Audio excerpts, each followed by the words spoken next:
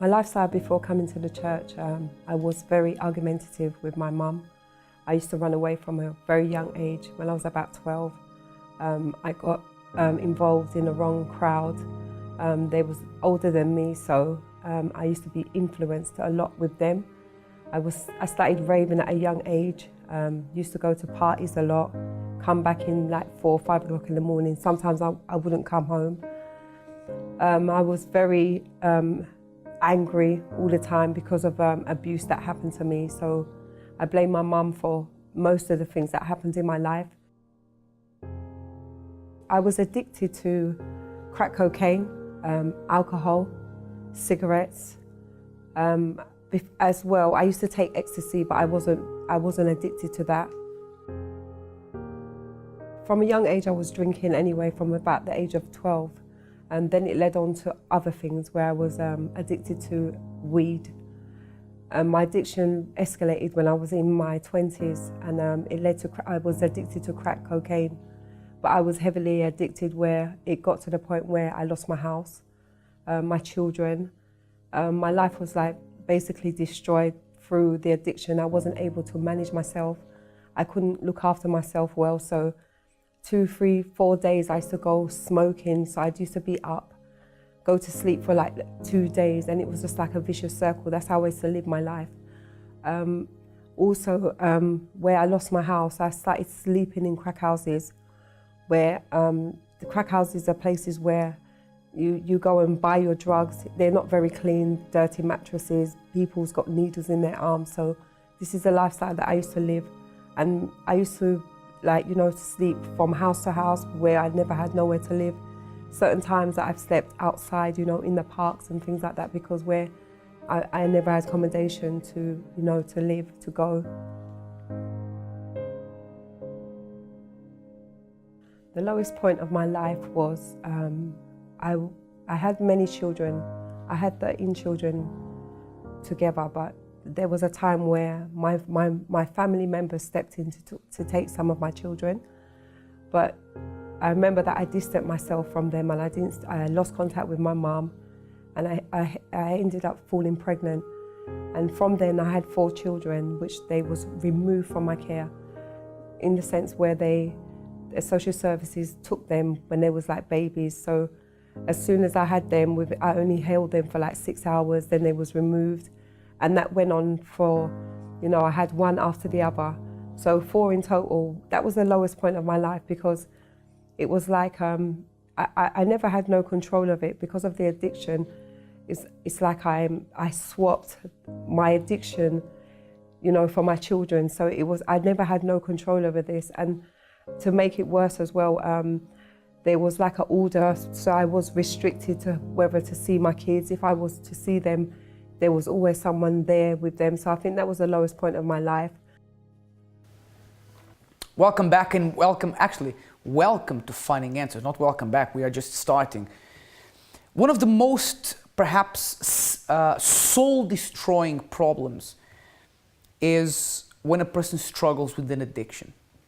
Why is that? Because you sort of lose your identity, you lose your drive, because an addiction shows how weak a person has become, because they don't have the strength to control that addiction. What that does is that the person starts to have all kinds of, they lose the desire to fight on, for things to get better. They become this person they can no longer recognize.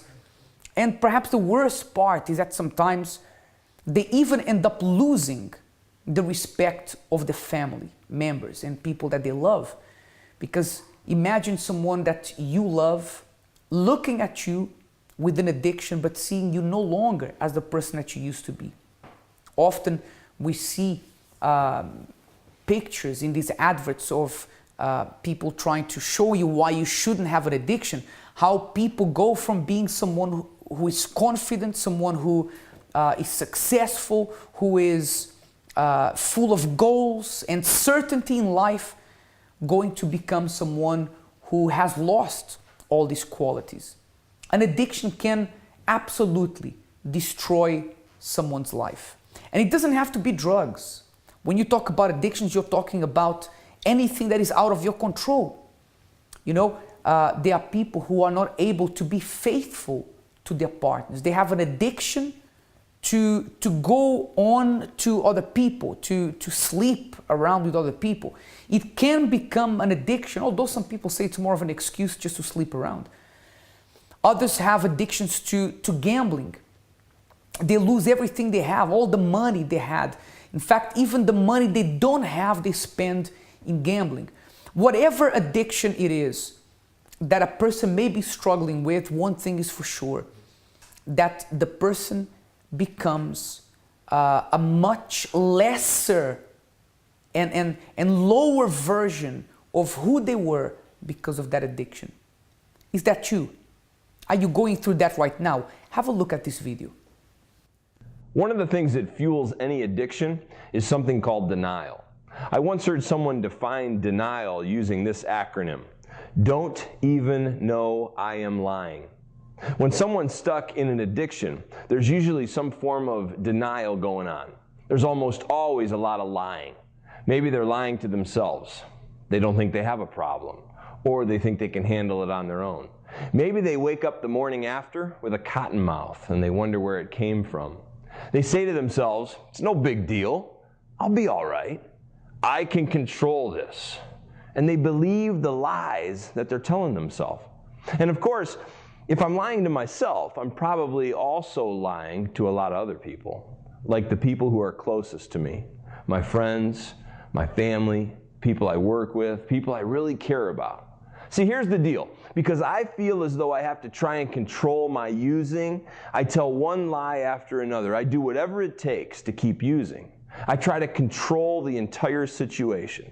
I deny I have a problem. And I get to a point where I don't even know that I'm lying. If that's where you're at right now with your addiction, you need help. You have to start telling the truth. You have to start being honest with yourself, or your addiction will kill you. It'll take away everything that matters most to you. It'll bring you to your knees. But the good news is, there are people who want to help. There are people who care. So let some of them start helping you today. You see, that video is very important because the first step in trying to overcome, not trying to overcome, in overcoming your addiction is knowing that you have a problem. That's how solving any problem starts. You realize you have a problem, whatever it may be. If you have a problem with your weight, you say, I have a problem with my weight, and you try to solve it. If you have a problem with your health, you say, something's wrong with my health, I need to do something. If you have a problem in your family, you say, I need professional help, I need someone to talk to us because we can't stay in the same room together.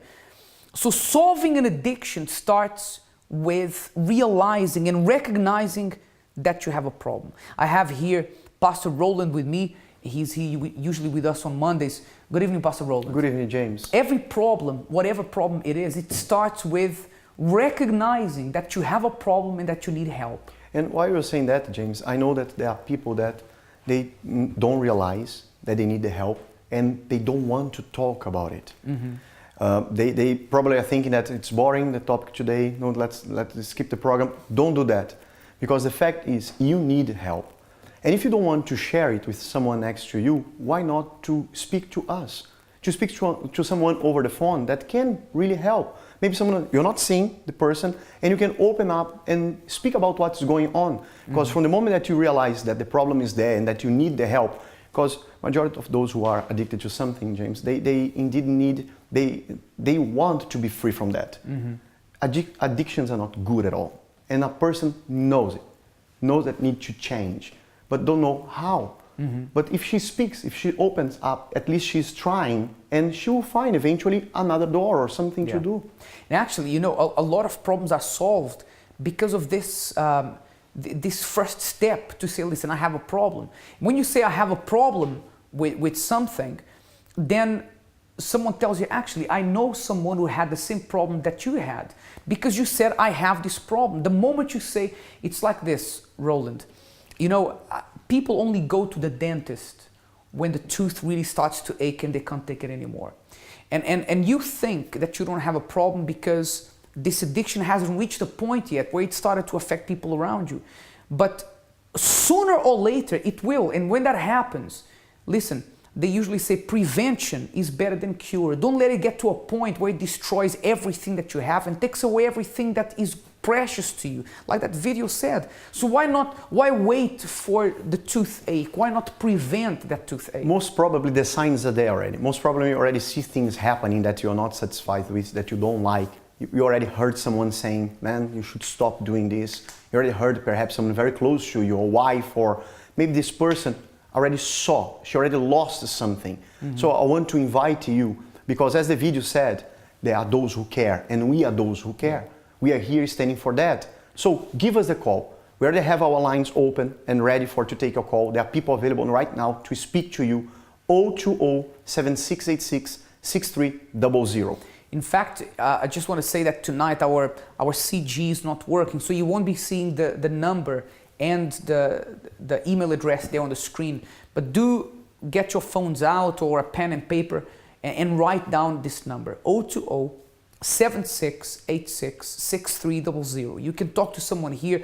In fact, one of the things that people find it difficult to talk about addictions is because it's embarrassing, and usually you want to speak about it in a confidential setting, and the person you will speak to you in absolute confidence. So you can give us a call. The number again, 020-7686-6300, or you can send us an email to help@findinganswers.tv. help@findinganswers.tv. We're going to go into a short break. We'll be right back.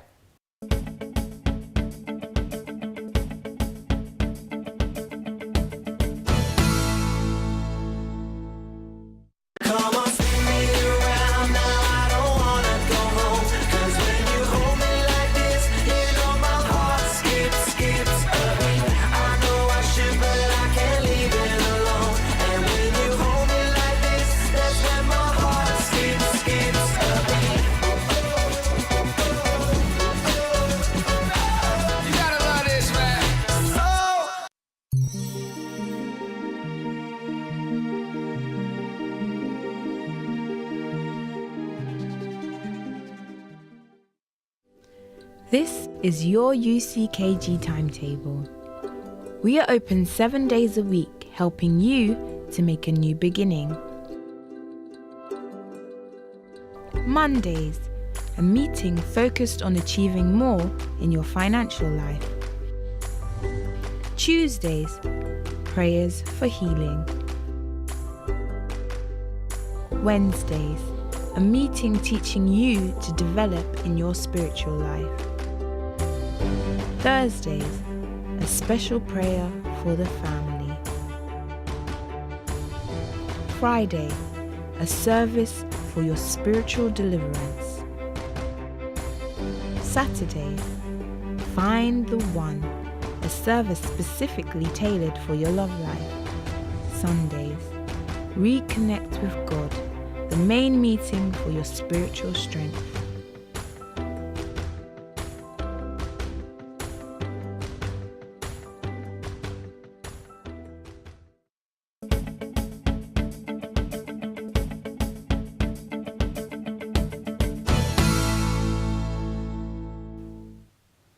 We were saying just before the break that one of the most embarrassing things to talk about is when you have an addiction.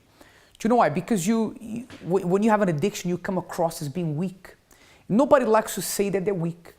I believe, Roland, it's very difficult for people with addictions to seek help because it's a very terrible situation to be in. You don't want to tell people that you're weak. You don't want to show them that you're weak.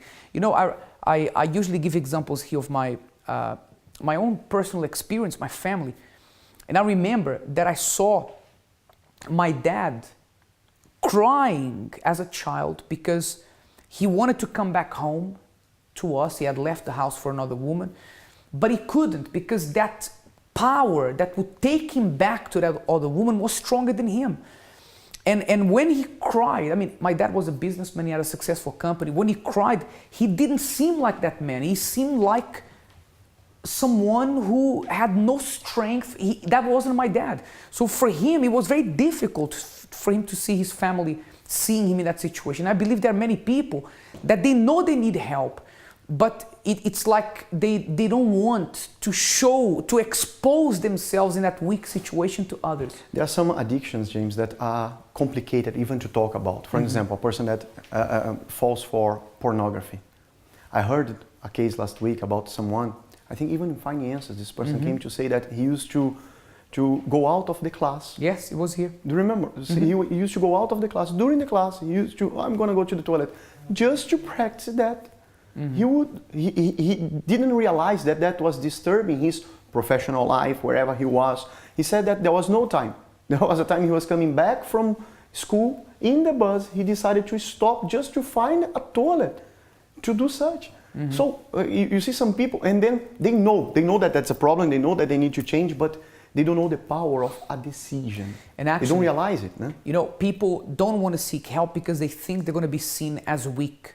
You are weak when you know you need help and you don't seek help. That's when you're weak. But when you are man enough, woman enough to say, I have a problem and I need to talk to someone about this, I need to get someone to help me, then you're not weak, you are intelligent. Actually, I want to introduce you to someone who's in the studio with me who knows very well what it is to have an addiction and the effect that that had in his life. Let's go ahead and meet Declan right now.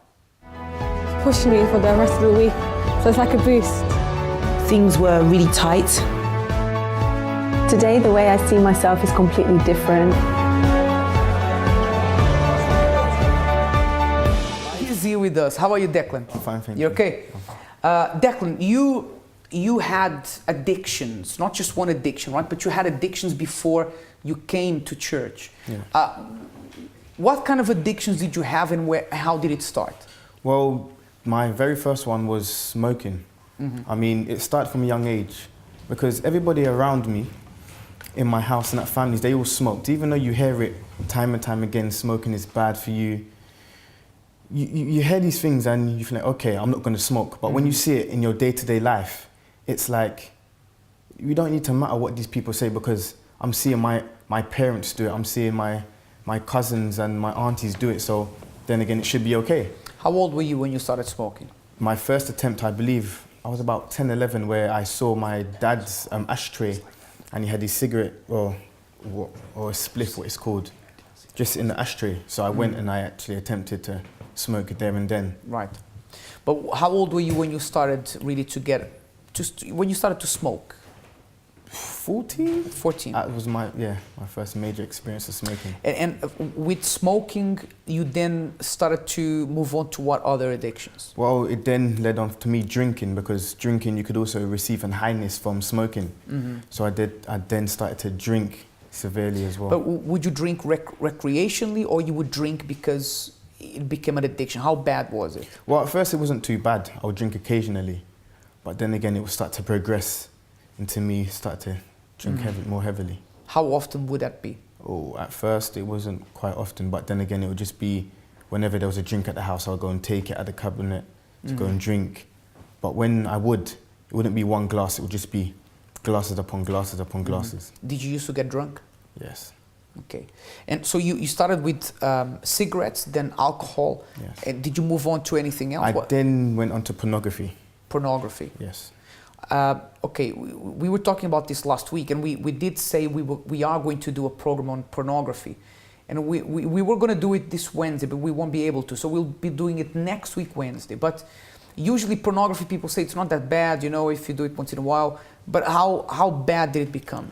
Mine came pretty much every day, so it was really bad. And it wasn't once a day, it was more twice, 3 times a day. And it was really bad is because my mind would just be consumed as going home and just to watch pornography, just to go home, just to masturbate. That was what I wanted to do. Just like you said that there was a guy that was on the bus, he would have stopped. But me was at home, sometimes even before I leave, I'll be there masturbating and then to come back to do it again and then before I go to bed. Did you ever spend nights, like the whole night, watching pornography? Yes, there's times I'll spend till night till daylight watching pornography. So you had like an addictive personality, right? Because you were addicted to various things. Yeah. Am I right in thinking that you also became addicted to cannabis? Yeah. Yeah? Tell us about that. Well, that was a period me getting addicted to cannabis was the friends I started hanging about with, we all started at the same time. So it wasn't really me by myself. So we all experienced everything together.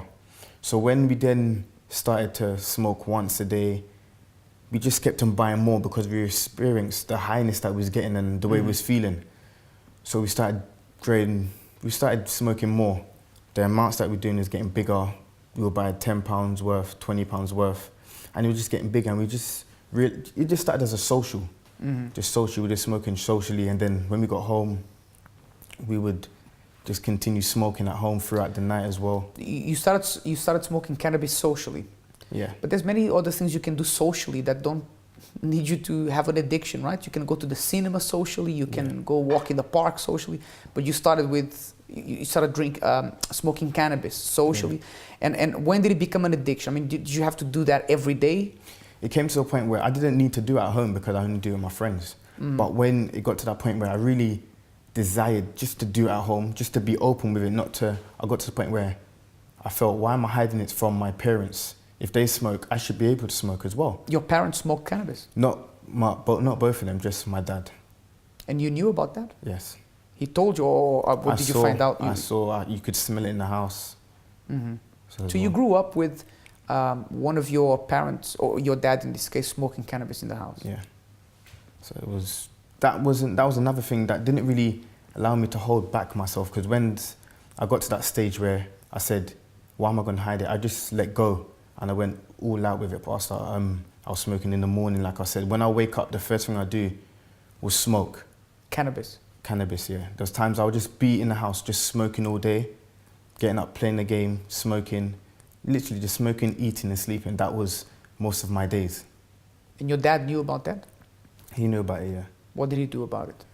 Well, he could tell me to stop smoking, but it's hard for him to tell me to stop smoking because I look at him and be like, but you're doing the same thing though, so how are you telling me to stop smoking if you're doing the same thing? So I wouldn't really listen to him. How old were you when you got addicted to, so eventually did it come to a point where you were addicted to all these things at once? Smoking, drinking, pornography and cannabis? Yeah. All of them at once? Yeah. How old were you at that time? I think the worst stage was when I was about 17, 18. And it just got to a stage where I was so arrogant, I wouldn't listen to nobody. That was from me smoking. I could believe that through the confidence I was getting from the smoke and the drinking, I didn't care about what anybody had to say, but through the addiction of pornography, I needed to find this in girls. So it led me on to now going down the journey of having different girls, womanizing with different girls and so etc. as well. So, did you ever get involved in wrong things like breaking the law, things like that? Yeah, my first experience was, I was quite young. I was arrested for attempted burglary. Luckily at the time it didn't go forward, but that was the start. It would just continue to spiral and spiral. At the age of 18 or 17, I was arrested for burglary, possession of a firearm, and also being caught in a stolen vehicle as well. So me just having that on my shoulders, I was just relying more on smoking and drinking, because that was where I could go to run away from these problems, to be free, to not worry about it. Right. Because my mind, I would just have this freedom not to worry about anything. So tell me something, with all these addictions, did you feel stronger or you felt weaker in your mind? Weak, because I couldn't think.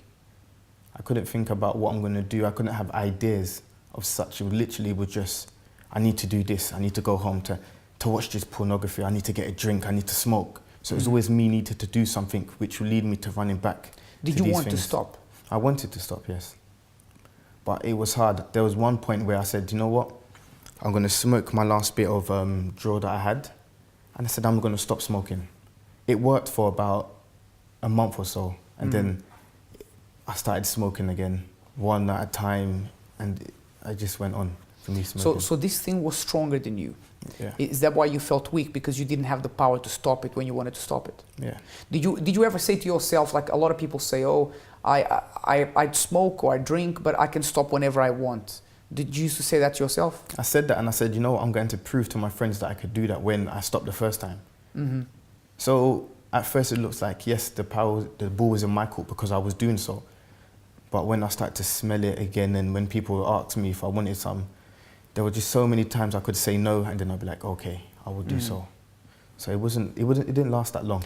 And you know, Declan, it's very sad because a man, the image that God had when he created the first man, and the image that men should have in general of themselves and people of man, is that a man is strong, a man is a leader, a man can make decisions. But you were none of those things. You weren't strong, you couldn't make decisions, and you weren't a leader. You were a follower, because even when you did stop, you managed to stop for a month. When someone offered it back to you, then you started taking it again, right? Yeah. And so you were not the man you wanted to be. How did you see your future for yourself at that time? You couldn't see a future because, like I said, my mind was so consumed with these things, I couldn't literally think past the day. So literally my mind was just bombarded with so much things. I didn't really have a positive future to think of. Why did you get into robberies and you know, you said you were caught with a firearm and so on. Why did you get into that kind of lifestyle? For money. That was it, because I remember me and a group of friends, we said, yes, go out because we can earn some money doing such and such a thing. So we went out to do so. What do you mean by such and such a thing? Just go in and break into houses. So you would burgle houses? We would burgle houses, yes. And then we was doing so, just burgling into houses, seeing what they had so we can take and we could sell. So one particular house that we had car keys, and then we took 2 cars with it, but we was caught later down the road. Now, maybe you say, James, I have an addiction, but I don't burgle houses. But maybe you burgle your bank. What do you mean, James? You go into your overdraft, into your credit cards, just so you can feed your addiction. Maybe you rob someone that you love. You take money from someone you love without the person even knowing. Maybe you sell the things you have in your own house to pay debts, to feed an addiction. Maybe it's not you, but someone you love, someone in your family that has broken everybody's trust because they can't be trusted, because in order to feed that addiction, the person keeps going and doing things that they later regret. So perhaps this is the problem. Maybe it's either you or someone that you love dearly, and you've seen that person being reduced from a man to someone that is, I'm sorry, but a person who has an addiction and they can't control themselves. I don't believe this person feels that they are a full-blown man, if you know what I mean. The person has to feel less than what they want to be, because that addiction is controlling them. If this is you, if you feel like you've been robbed of who you were, of the confidence you had, then I want you to get into contact with us. We have a team of people here ready to speak to you, who won't judge you, who will be helping you. And you can speak to them right now. As I said earlier, our CG is down. I'll have to give you the number, and you will need to write it down. But it's easy to remember. It's 020-7686-6300. Also, you can send us an email. Pastor Roland will be reading the emails. The email address is help@findinganswers.tv. We're going to go into a break. When we come back, I'll be speaking to Declan, and he'll be telling us the rest of his story. But if you want help, as he found help, get into contact with us. We'll be right back.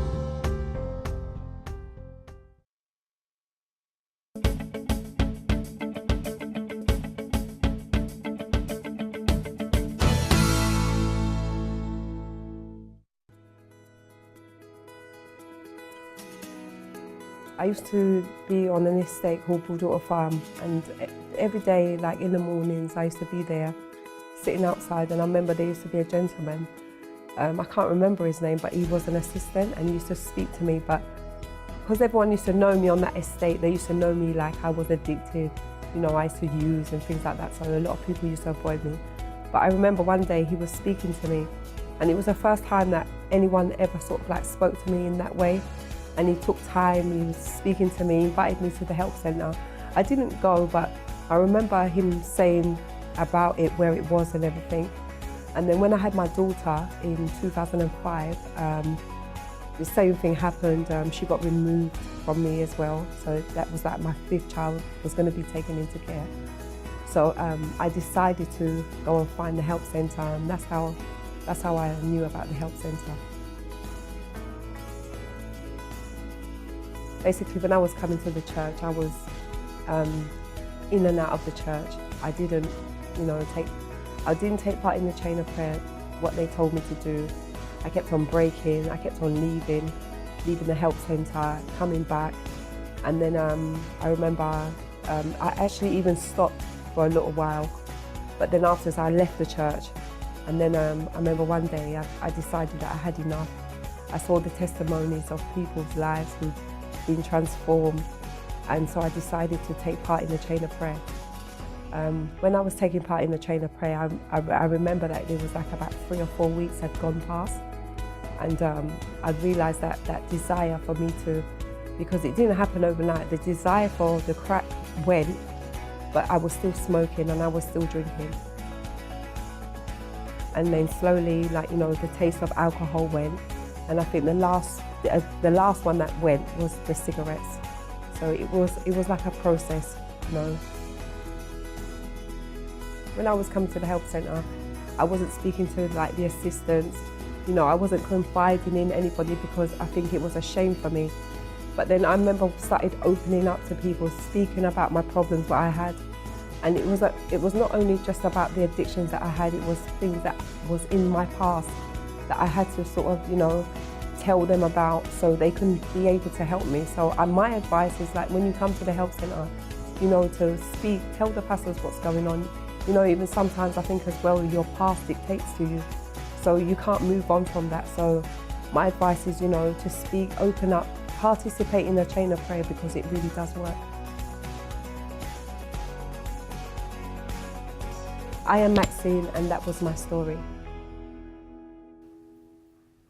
Welcome back to Finding Answers, and we are listening to the story of Declan, and he is telling us about how much involved he was with these addictions he had.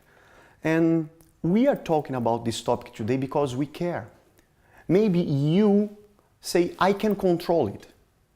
I know what I'm doing. But something caught my attention in his story is the fact that he had the bad example in his own house. And perhaps you say, I can control is my addiction. Okay, but what's the example that you are setting in your house? What are you passing to others? How does your kids are looking at you? So that is a point, and reason why we are here, to offer a guidance for you to come out of this situation. 020-7686-6300. That's our number. Call us. The team is ready to talk to you. 020-7686-6300. Let's continue listening to the story, James. So, Declan, you, at that point where you had already been arrested and you had all these addictions, how did you come into contact with the church? Who brought you to the church? Well, it was a kind of a funny story because when I first heard about it, my friend at the time, he had his problems. He was coming. So he was just asking me to come. To come. And I was like, yeah, I'll come someday, one day. And I was just joking it off. But there was a day he went to prison, and I went to the court with him, and his girlfriend and his mum was there. So when he got sentenced, they were like, okay, come to the church just to pray for him. So I was like, okay, it's a Friday. I have nothing to do, so I might as well just come down with you lot to show you lot of support. So I went down. That's how you came to the church? That's how I came. You said you were very arrogant before. Yeah. So when you came to the church, was it difficult for you to accept that you needed help? Yes, because I came there thinking, I'm not coming there for me. I don't need any help. But then I just started to realize that what I was hearing, it was me. So I realized that I had a problem and there was a root to it, so I needed to solve it. So it just started from there. And I was just sitting down with an advisor, finding out just letting out everything basically, letting me know what was the problem that I had, and then just chains of prayers that we do there. And it was just the start of me changing. How was the process of your freedom from those addictions? Well, it was hard because even though I said that I wanted to stop, I could always find myself going back there. There was times where I said, I'm going to stop. But yet again, I'll be back there a few months later doing it until I got to one decision. And I said, from this day, I'm going to stop. I just used, through the chain of prayers that I was doing, everything I just had so much faith in me that time to say, I'm going to stop. And literally from that day, I haven't touched nothing. How long have you been completely free from those addictions? Over 2.5 years. 2.5 years. Yeah. And you don't feel desire to go back? No. No. Do you feel like a better man, a stronger man now? Yes, and also is that one of the things that I can achieve now that I couldn't do then was to think. Now I can think about a much more creative and positive stuff there now. But back then, it was nothing I could think of. But now my mind is free to think, and that is one of the precious things that I can now do with my mind now. So in other words, since you've been free from that, you've become a more positive person, you've got your confidence back, and you can actually plan for the future. Did you quit the criminal activity as well? Yes, there's one thing I didn't get to mention before was that I also had a child at that time. And also through me having the effects of it, I pushed him away. So now having my mindset straight and clear, I was able to step up to be a father to my child as well. And actually you can be a better example than what your dad was to you. Yeah. Right? So thank you very much for being on the program. Don't go yet because you're going to be part of the prayer with us. Now, if you're struggling with an addiction, here's a video we prepared to show you a few simple steps you can take that can actually help you to overcome this addiction you have. We all know it can be really difficult to give up addictions. Here are some easy pointers to help you when you're giving up. So, number 1, get some buddies. Make some new friends or revisit some old ones. 2, read away the cravings. Why not get some books, some literature, some poetry? Number 3, be accountable to someone. Make sure there's someone that knows about your addiction, and you may have to answer to them if you pick it up again. Number 4, predict your weak spots. This basically means know where you might go wrong. If, for example, there's a certain place that you go to drink in the past, then do try and avoid going there. If there's certain people that you would drink with, unfortunately there might be some changes that need to be made. 5, distract yourself. Here are some good ideas for distraction when you're trying not to think about your addiction. You can do crossword puzzles, novels, catch up on your emails, watch movies, go for a jog, or even help a friend do some gardening. 6, sweat it out. Do some exercise and working out. This is sure to help you take your mind off your cravings. 7, start a project. So you might know somebody who shares your love of music or art. Go to an art gallery. Create something new. Number 8, keep a record. It's really important to write everything down. This really helps you keep up with your own progress. 9, be the expert. Information is so accessible these days. Learn about your addiction. Number 10, don't forget to talk to people. It's really healthy to talk about your addiction. You're absolutely not alone, and whether it's a counsellor, a parent, or a friend, or perhaps somebody else going through the same thing as you, it will help you an awful lot, because a problem shared is a problem halved. You know, I think some of those steps, they are so important. For example, surrounding yourself with friends. But even then you have to be careful what kind of friends. You know, I heard an amazing story today that I want to share it with you. There was this man who fell on hard times and unfortunately because of poverty had to start living on the street. I think he also developed a drinking problem. And one day he was asking a friend of his for a coin to buy a beer. And this friend, I don't know why, he gave him a puppy, a little puppy. and this man called this puppy George. It's a real story. And every day this man started to draw pictures, really good pictures, of George, his little puppy. And when he would go to sleep, he would leave the pictures out because he would sleep on the streets. And people who would walk by, they would pick up these pictures because they were so good. And it shared the relationship between the man and this puppy. Until one day this guy that owned the gallery was walking past and saw this man sleeping there on the street with, again, a picture of this dog, George. And he saw this artwork that he had done, and he saw how amazing it was. And I think at the time he was no longer drinking, something like this. And this man who owns a gallery, or who had some links to a gallery, actually took many of his paintings, many of the artwork that he did, and he did an exhibition, a whole exhibition in the gallery, just with the relationship between this man and his dog, with the drawings he did. Out of that gallery and that exhibition, this man actually wrote a book. And out of that gallery and that book, there is now a gallery in Los Angeles that wants to do an exhibition again with his artwork. And he's of course come out of these hard times, these poverty times. And this shows you how sometimes the right influence can help you to channel this energy you are investing in an addiction into something better. That's why one of those steps was exercising. And having an addiction takes a lot of your energy. I mean, think about it, Roland. Declan was saying that he would smoke from the morning as soon as he would wake up throughout the whole day. What do you do, Roland, that takes a whole day of your energy? Saving souls.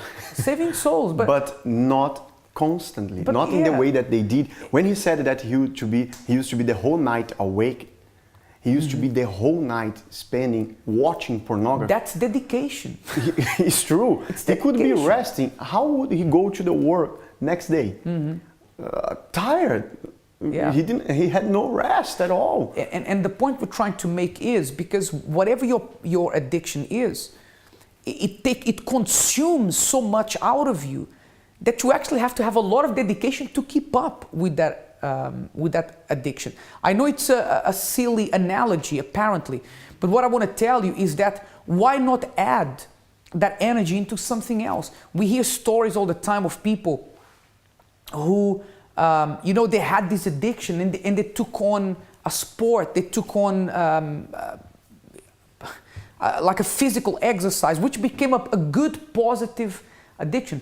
There's this very famous runner that I really admire, this guy called Dean Karnazes. I don't know if you've heard about him. You spoke about No, it's a different one. And he holds the record for the longest run in one go. I think he ran uninterrupted for something like 3 days. And do you know what this guy said? He said one day when he celebrated 30 years, he was 30 years old, he was in a bar and he was drinking quite a bit. And he said that day he was so tired of life, he left the bar and said, I'm going to run for 30 miles. Now, running 30 miles, if you've never run, running 30 minutes is already hard. 30 miles is something else. And that day he said he found a new purpose in life. And he is one, if not the greatest runner around right now. And that shows you what you can do when you invest strength in something positive. I believe we have a caller on the line. Hi, good evening. Hello? Hi, who am I speaking to? Hi, this is Jenny from Birmingham. Jenny from Birmingham. What do you want to say, Jenny? I just wanted to quickly touch upon something that was mentioned a little bit earlier on. Basically what it is like, I have a friend who, she has like this really crazy addiction where she told me that she's addicted to cutting herself. Right. To a point that there's no space on her arms left or her legs. She even comes to a point where she's cutting her neck.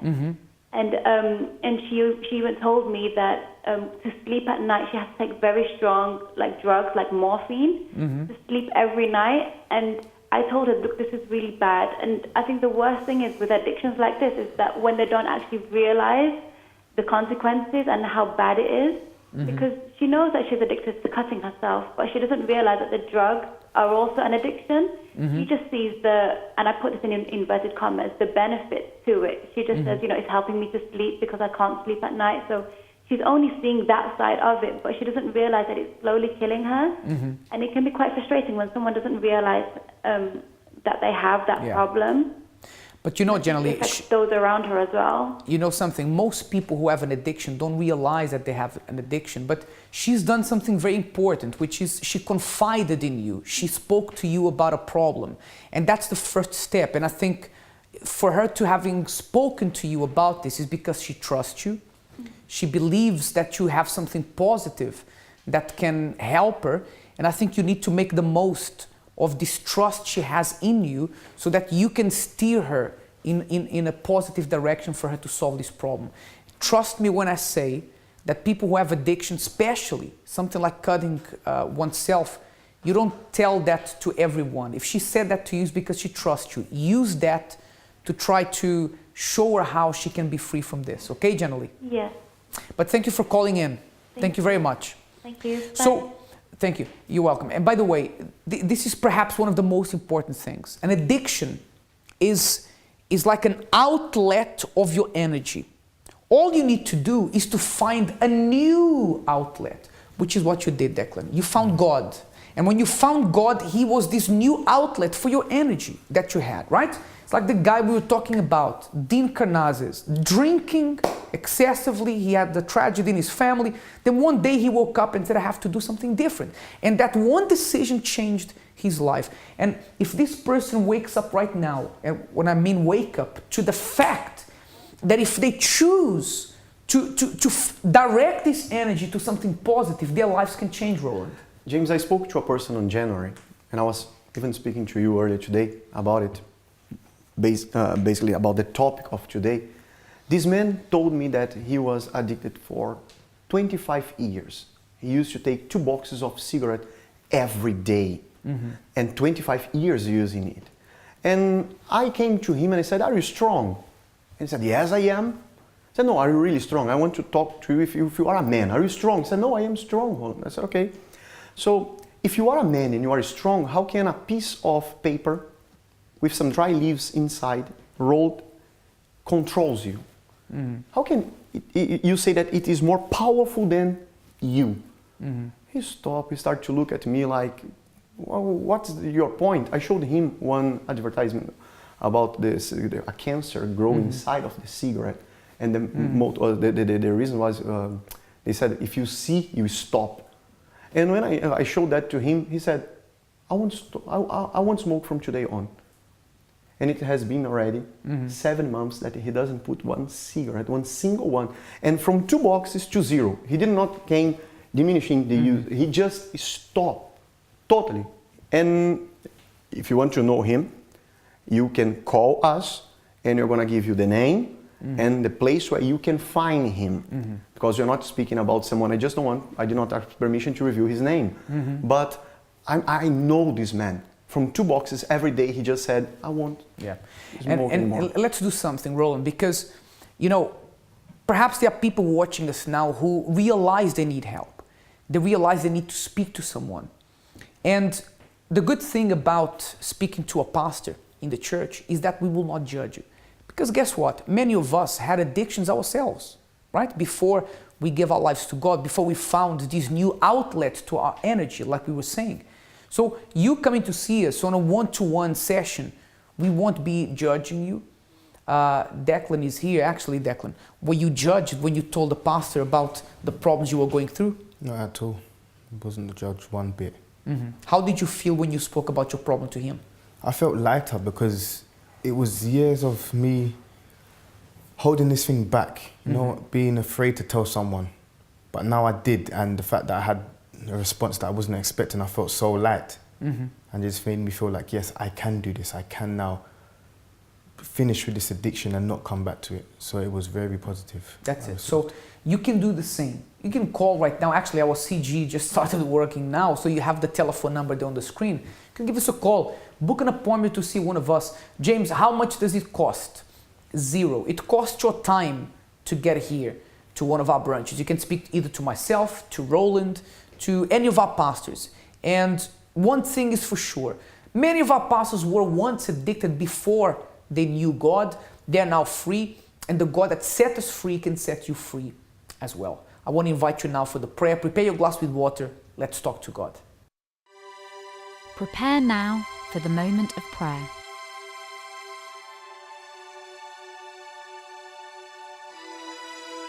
If you would like a prayer concerning your spiritual well-being, send your name and prayer request to prayer@findinganswers.tv.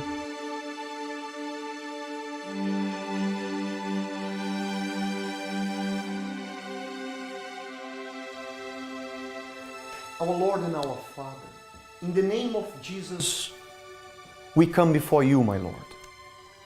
And I believe with me, lots of people that are decided to see a change. I'm sure, my God, that these people are praying right now because they believe. Perhaps they don't have the strength to quit, the strength to stop this addiction. But my Lord, you are the one that can give this strength, that can do what the flesh can't. The flesh can be weak, indeed. But once that we strengthen this person, her spirit will be strong. And strong enough, my Lord, to domain the brain, to control, and to say no to what is wrong. I'm sure that you can change all the situation in the life of this person. And perhaps if this person, through this addiction, or someone in her family being addicted, is in need of help, through your power, this person can see solution. So I ask you to do something special here today, my Lord, by blessing each and every drop of this water that we hold in our hands, that this person is holding. When they drink, let it be the water that will come inside as your power coming inside this person. Let a difference happen from this moment on. And let this person already finish this prayer knowing that she's strong enough to be decided to change her situation. The power is given to her, to this person. I believe things will change from now. I bless this water. And all those who believe, drink from it now with faith. Your life will change.